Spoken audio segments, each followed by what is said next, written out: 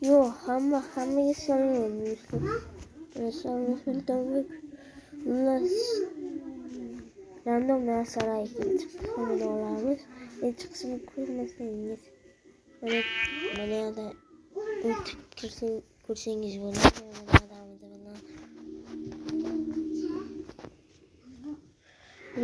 Yani bugün videoda random narsa topishimiz kerak. Yillardan boshim kunlar. Yo'q, uni yo'q. Tushamiz-mi? Yo'q, uni. Jo'nikamda. Ovqat olish kerak. Hozir yo'q. Kamanda o'tsa bo'ladi.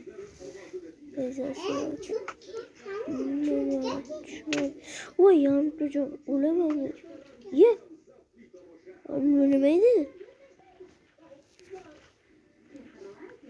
Ye, narsalar. Ye, qanaqa? Yo'q, biz. Ciddi anaqa men. Qoch, yonimda yo'q. O'lamaydi. Yardım.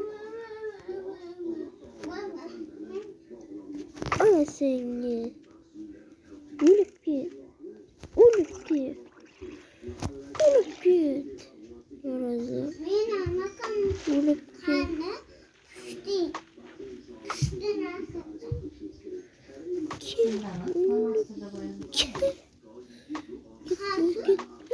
Qoch o'ynaydi.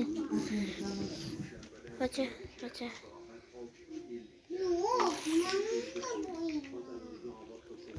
Ana. Yaxshi, pastga tushamiz, narsalar olamiz.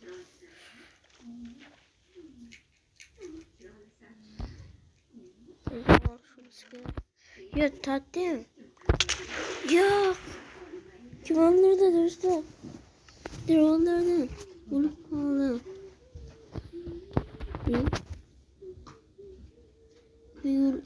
Ne zor ki şimdi. Ne kalıp oldu?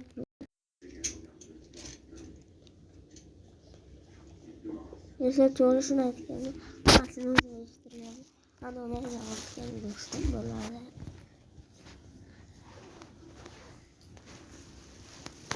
Bizim randomdan sonra kurganman video çekerdim.